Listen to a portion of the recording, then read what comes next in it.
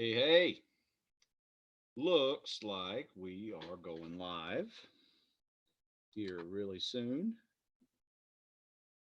If you guys have any questions for me, let me know and I am going to take them. But beforehand, just want to say welcome. Hope you guys are enjoying your week. We are um, getting a good week done. Did my third group of Naval Academy Summer Seminar. If you guys, any of you guys that did that, or the first two, good job.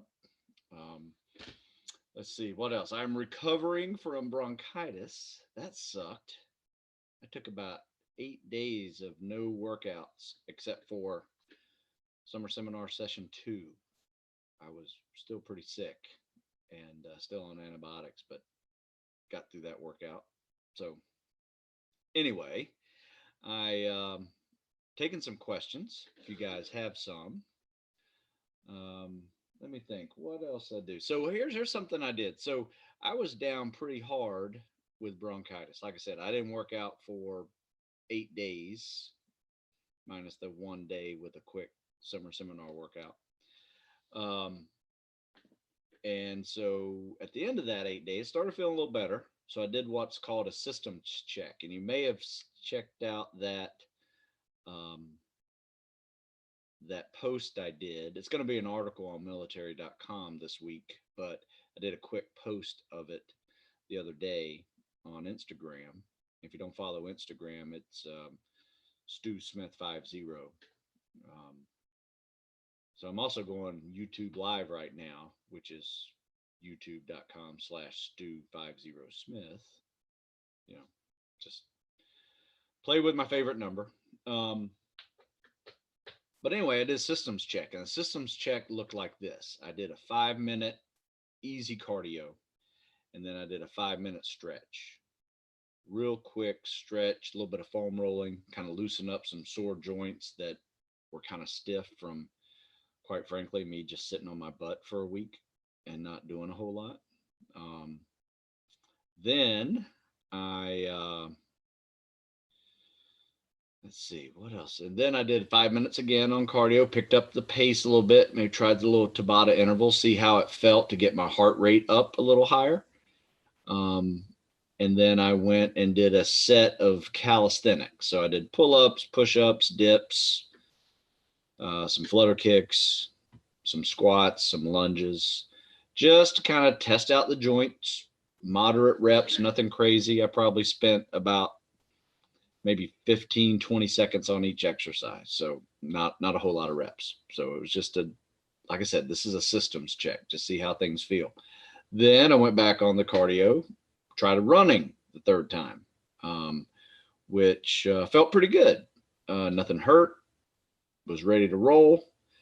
Um, and then I went back in there and then I did all the weights that I like to do. So I did bench and pull downs and rows and squats and deadlifts, did weighted lunges, did leg press. Um, some of those exercises that just testing out. Didn't feel too bad doing that either. So I actually felt pretty strong. I hadn't worked out in a week, but my muscles felt pretty strong. The only problem was from bronchitis, I was getting winded with just about everything I did. I was still a little bit wheezy and congested. So I took another couple of days off before I worked out again pretty hard. So I started working out this Monday, and I've been crushing it. Feel good. So I think I'm completely healed. Not 100%, but I'd say 90. Which isn't too bad. Probably by next week I'll be 100% again. So yeah, feeling a whole lot better. So thank you for everybody seeing my breath treatment or breathing treatment post I did the other day when I first had bronchitis. That sucked, man. It hurt to breathe. So when it hurts to breathe, you should shut things down because that's when it starts getting dangerous. So that was my last, I'd say, 2 weeks, pretty much. And now we are just, moving right along. So you guys got any questions, let me know. So I'm going to take some of these questions here. Let me see. Any advice on going LDO warrant from enlisting in the Navy? From my knowledge, that takes a little bit of time. Like you need to spend some time enlisted before you can go into the warrant officer program or limited duty officer program. Good question, though. I'm not 100% sure. You need to talk to a recruiter on that, though. Maybe do some online research as well. But I know in the Army, you can go straight into the warrant officer program and be a helicopter pilot, for instance. But I think in the Navy, it's a little bit different. Navy tends to use warrant officers as experts in something. We had warrant officers at the SEAL teams that were just, 25, 30-year SEAL veterans who were really in charge of training us to the nth degree. I mean, they were experts in their specialty, whether it was SDVs or demolition or shooting or whatever, mission planning, those guys were really squared away veterans. Okay, when doing the CSS, how can you tell whether you're streamlined or not? Are there any other cues? That's a good question, actually. Big thing is, are you gliding after you kick? That's the biggest thing. When you kick off the wall, do you glide very far? And you need to be locked out, when you're gliding. I mean, this is a good streamlined position. Biceps on my ears. I mean, sometimes get biceps past your ears, behind you, and really lock that out. What I do is I tend to use this outside thumb, get it out here, and really lock things out here. So where people screw up is they start streamlining like this, and they don't get very far with their glide. I mean, their head's up and they're swimming like this, right? That's just like hitting the brakes when you're swimming. Your ankles should be close together, and your body should be straight. I mean, that is a good streamlined position. Have somebody videotape you. If you have underwater camera, even better. Take a look at that. So that is when you are streamlined. So what I do is I like to see someone kick, and I tell them to hold the glide, because then that tells me two things. That tells me if they can glide, they're streamlined, and if they have a good kick, they can glide. So very good question. Never really thought about it on that level, but yeah, I may do some more videos and writing about that one. Nice. Let's see. Let's take some more questions here. Do you recommend running through phase 4 prep before officer assessment and selection, or waiting until after? I'm not sure what that question is. I would run all the time. I mean, you need to, you shouldn't stop running. I'm not sure where that question is. Okay, so how important are long, slow distance workouts compared to speed workouts? When I run, I always convince myself that the harder, the better. Good question. I would say long, slow distance is a good way to kind of build your endurance. Long swims are a good way to build your endurance. However, you need two things if you're heading to Spec Ops selection. You need to be able to run fast at a medium range distance. Usually that's 1.5 miles for the Navy and the PST, 2 miles in the Army, 3 miles in the Marine Corps. However, that also ramps up once you're in selection. 4 miles at BUD/S, 5 miles at Ranger School, and they need to be at a moderate pace. So when I do speed workouts, I do one of two things. I'll do sprints one day, but I'll also do goal pace running several days, 2 or 3 days a week, so I can muscle memory my pace that I need for either a fitness test or I need for a selection test. Because every week at BUD/S, you're going to take 4-mile timed runs, right? People worry about 50-meter underwater swims and, other things, where every week you got to pass that 4-mile timed run and you need to be moderately fast. I mean, if you can run a 7-minute mile, you got it, right? Even on a bad day, you will pass.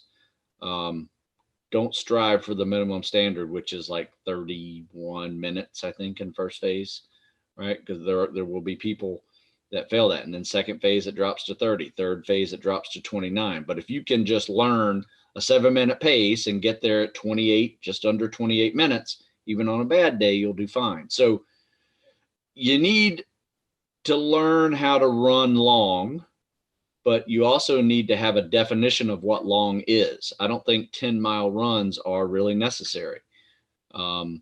However, if you're a big guy and you're trying to lose weight, running a little bit more is a good idea. You know, if you're a skinny guy, cross-country guy who likes to run, I wouldn't run that much because you're going to crush the run. You need to be swimming with fins. You need to be lifting weights because you're going to get crushed under a log or a boat. So it kind of depends. You know, it depends on your weaknesses, you know, on what you really need to focus on.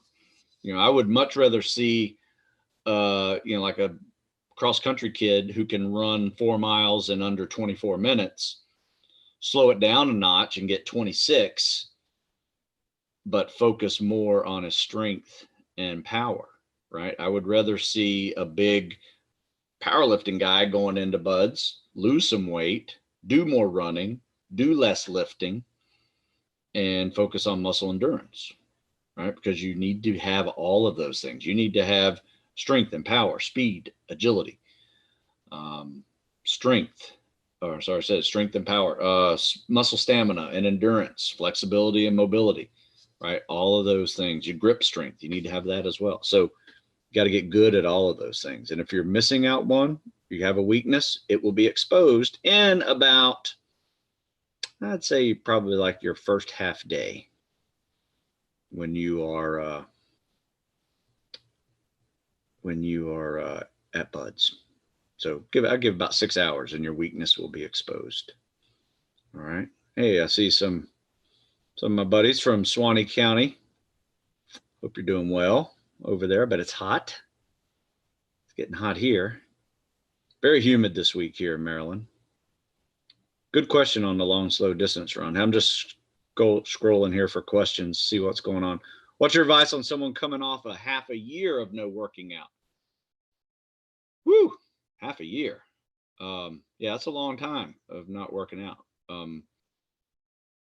You know, to be honest, I don't have a good answer other than you just have to start slow, make a base again, do a systems check, figure out where you are before you hurt yourself. You know, do not start running 5 miles on your first day of running. You know, maybe start off with a nice slow running program, mile a day, every other day with non-impact in between. You know, if you need to lose weight, that's another issue. I'd probably go all non-impact until I lost some weight for a while. But it kind of depends. But yes, you have to treat yourself like a beginner. In fact, I wrote a couple articles. If you do a Google search, Stu Smith, treat yourself like a beginner, you'll see a really good progressive way to get back into it. But yeah, even when you're sick, you got to treat yourself like a beginner. If you take 6 months off or more, you are a beginner, right? You can't just jump back into it without possibly over training and hurting yourself. So that is for sure. Good question. And the reason why I say I don't really have a good answer to that, because I've never had that issue. You know, I've been working out probably since I was 12 years old, you know, my whole life. And you know, if I've missed something, it was because I was sick. I mean, I had a pneumonia, you know, I had a stress fracture where I couldn't run for 6 months, you know, but I still swam and PT'd and did upper body stuff, you know, so, but yeah, you got to do something, you know, and start today. Here's my advice to, if you're a beginner, make today day one. Don't say one day, right? Don't say one day I'm going to start working out again. Bull. Make today day one and do something. I don't care if that's a walk during lunch, right? So get something done and start moving.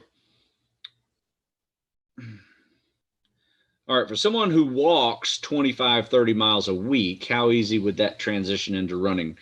Very easily, right? If you're walking that much, your body is actually used to gravity, impact forces, not high impact forces, but I would still treat yourself like a beginner runner. You could probably run every day, but start off every day with a mile to a mile and a half of running, right? Next week, increase it by 10%. Next week, increase it by 10%. Next thing you know, you've built yourself up to 2-3 mile runs a day. Then you can start backing off, maybe run every other day, take a rest day in between the middle of the week. But just progress logically. A good logical progression for running every week is 10 to 15%. Otherwise, you're going to hurt yourself and do too much. You can still hurt yourself with a logical progression. Running is hard on you, especially when you start getting higher mileage and you're not used to running. You may have poor form, you may have bad shoes, shin splints, tendonitis, all those things are just little things and nagging injuries that occur when you run. So stretching, foam rolling, icing, heat, are all very important, to you after you run, and then, warming up real well before you run. Great question, though. That's a lot of walking for work. Hey, Stu, just wondering how many miles of running per week you recommend for training before you get to buds.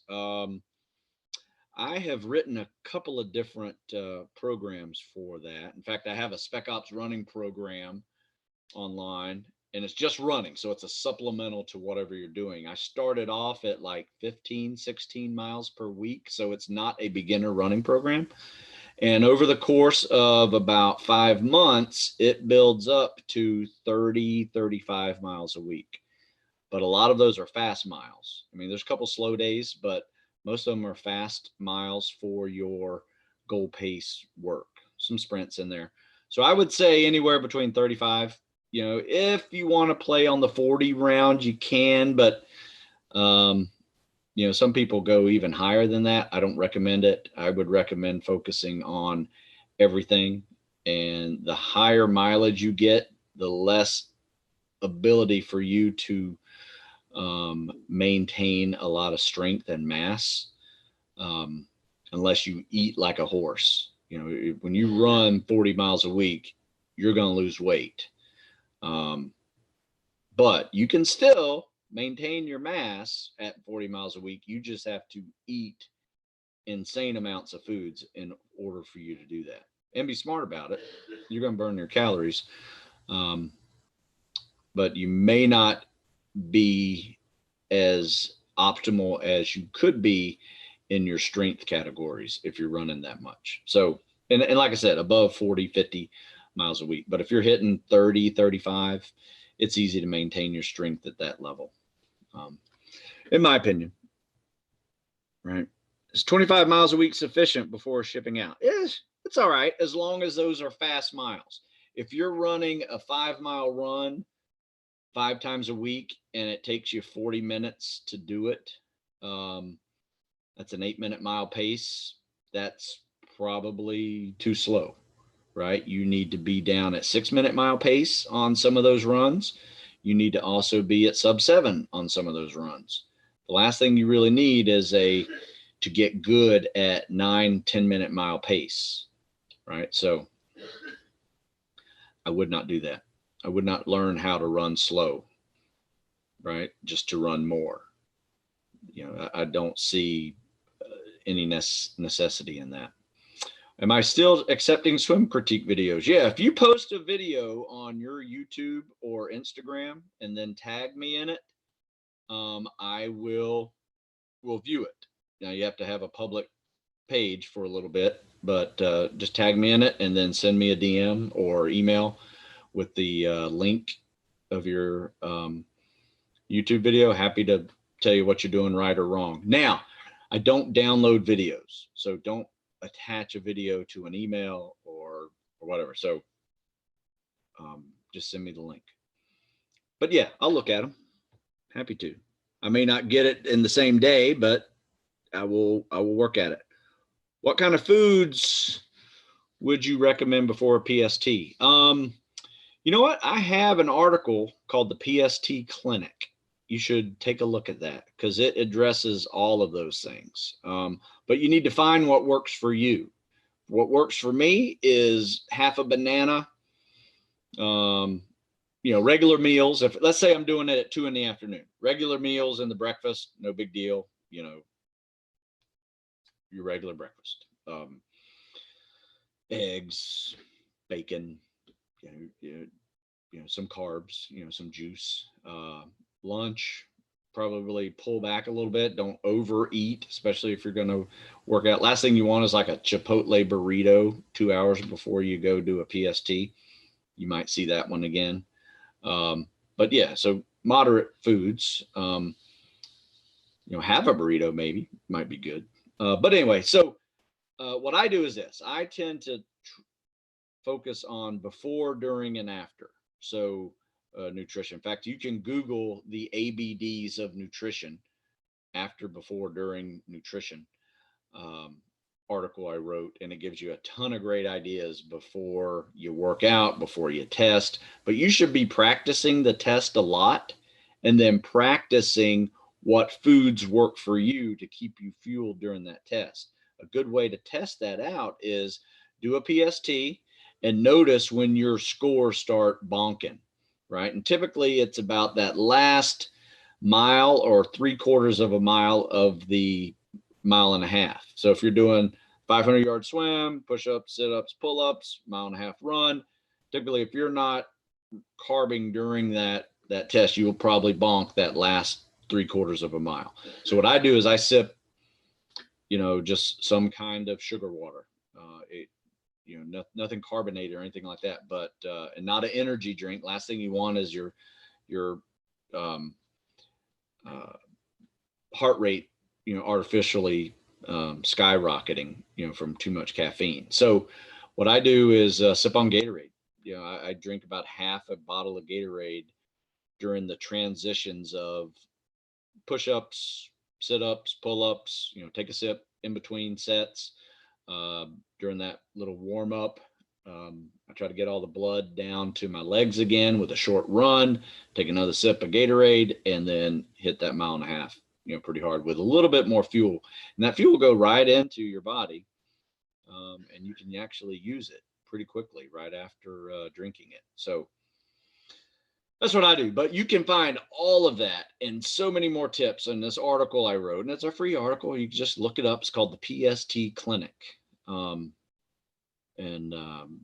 It's on StuSmithFitness.com in the article section.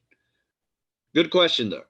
But you need to find out what works for you. I personally like bananas and some juice before I get out there.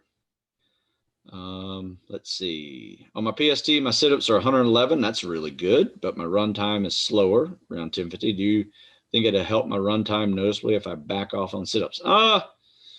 No. I mean, unless you're killing yourself in the sit-ups, I wouldn't. If you drop it to 100, no one's going to care. I think 100 sit-ups is plenty. See what that does. See if it makes you a little bit faster. I would test your 1.5 miles fresh one day, without all the PT and the swim prior, just to see where your 1.5 miles is. If it's at 10:15, it's not your sit-ups that's causing you the problem. However, if you're able to run a 9-minute 1.5 miles, but the PST drops at a minute and a half, you need to work on your conditioning to be able to handle it. And very likely that previous question, your fuel is probably done. So you need to learn how to sip some foods or sip some drinks that are, easy to digest for you and that work for you. So I would test more with that. Once again, PST Clinic will answer that question if you read that article. Let me see here. More questions here. Okay, big guy, 275 kind of shoes. You know what I see? We've had a couple really big guys do really well, and I I tend to think anything over 200 pounds is a big guy running. Brooks Beasts are really good for big guys. A little bit thicker on the bottom. But that's really kind of what they're built for. The Brooks Beast is kind of built for the heavier runner. Give that a shot. Somebody asks, has I ever had a rotator cuff tear? And if so, what's your experience getting back to 100%? No, but many of people that I have worked out with have before. Rotator cuffs, dislocated shoulders. I've had a separated shoulder. In fact, you can probably still see it right here. My floating clavicle here. It takes time getting back into it, especially if you had surgery. That's definitely going to take, if you don't have surgery, it may even take longer. Just because you got to just wait and rest and let it rebuild and, join back in. That little tear's got to join back in. So it's a tough one. Sometimes it's going to require surgery, and rest may not help it. So those are really tiny muscles and ligaments in there and tendons, and you need to baby it, unfortunately. So, all right, let's see what else we got here. What would you suggest to keep my stomach and waist area toned? My upper body are fine, but my middle, it seems like what happens when you start training again is that the upper body, your face, will start thinning out. Your legs will start thinning out. So it almost works from like top to bottom up to the middle. And the last thing that goes is the middle part of your body. It's just where we tend to hold on to things. I would play around with your diet more than your exercise. I would think that, that is the final bastion. It's easy to get an hour workout in, but it's hard for the next 23 hours to control your food intake. That's where most people suffer. So abs are made in the kitchen. Just went offline there on YouTube. So sorry about that, but I'm still on over here at Instagram. If you want to go to the Instagram, if it died out on you. Looks like it's back on. Not sure. Weird. Stream died for a second. All right, taking more questions. When you do the CSS, how can you tell? Okay, I already answered that one. All right, so let me scroll down here a little more. Sorry. What do you recommend for strengthening shoulder joints and avoiding shoulder injuries? If you do a Google search, or actually on my YouTube channel, there's a workout called the lightweight shoulder workout. It's in a lot of my books. It's probably in all of my books starting after Maximum Fitness and beyond, because I just love it so much. But it's 5-pound dumbbells, lateral raises, thumbs up, thumbs down, palms down, front raises, crossovers, reverse flies. All of those things can help you strengthen your shoulder muscles and work some of those smaller muscles of the rotator cuff, kind of isolate them to help with your shoulder. Now, you also need to work your deltoid muscles, rear delts, and all that with, other exercises. But that's what I would do, focus on those exercises. Okay, let's see. How important is positive thinking? I know some people that are positive 24/7, but I'm not. You know what? It's very important. In fact, there's a lot of studies about people living longer because they're optimists, than pessimists. Nothing wrong with being a realist, kind of a mix of both. But yeah, you need to quit doubting yourself, but listen to yourself as well. If you are doubting yourself because you're weak at a certain area, you've just proven your weakness in something, then you need to work on it, right? So, whatever it is, just don't stop moving, right? It's hard to be negative when you are actually doing something. It's real easy to be negative when you're sitting on your ass doing nothing, right? So stay moving. That's what I would do. So someone says my cross training book is awesome. Thank you. That's the Maximum Fitness book. It's an old one, but it still works. It's a great 52-week workout program. And it starts off with my first periodization cycles. In fact, if you do a Google search, 20-year periodization, Stu Smith, you will find a great article on how I created the 4 cycles throughout the year, for the tactical athlete and why it helps. Here's a good question. What are your thoughts on the DIY Theragun, especially used for lower leg? I've used them a few times. I like them. I like the DIY car buffer, for that vibrating sensation as well, for muscle soreness, joint soreness. A Ryobi car buffer that's orbital. It's called an orbital car buffer, so it doesn't spin. You put enough pressure on it, it will just vibrate at the same frequency as deep massage tools. So I've used both. I like both. So that's really good. All right. So I've been here for 30 minutes over here on YouTube. So I'm going to wrap it up over here. I appreciate everybody joining in.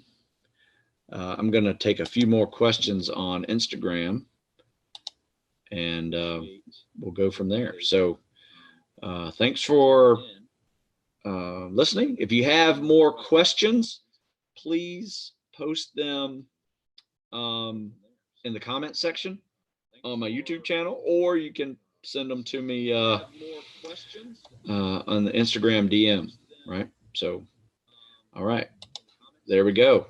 Easy day.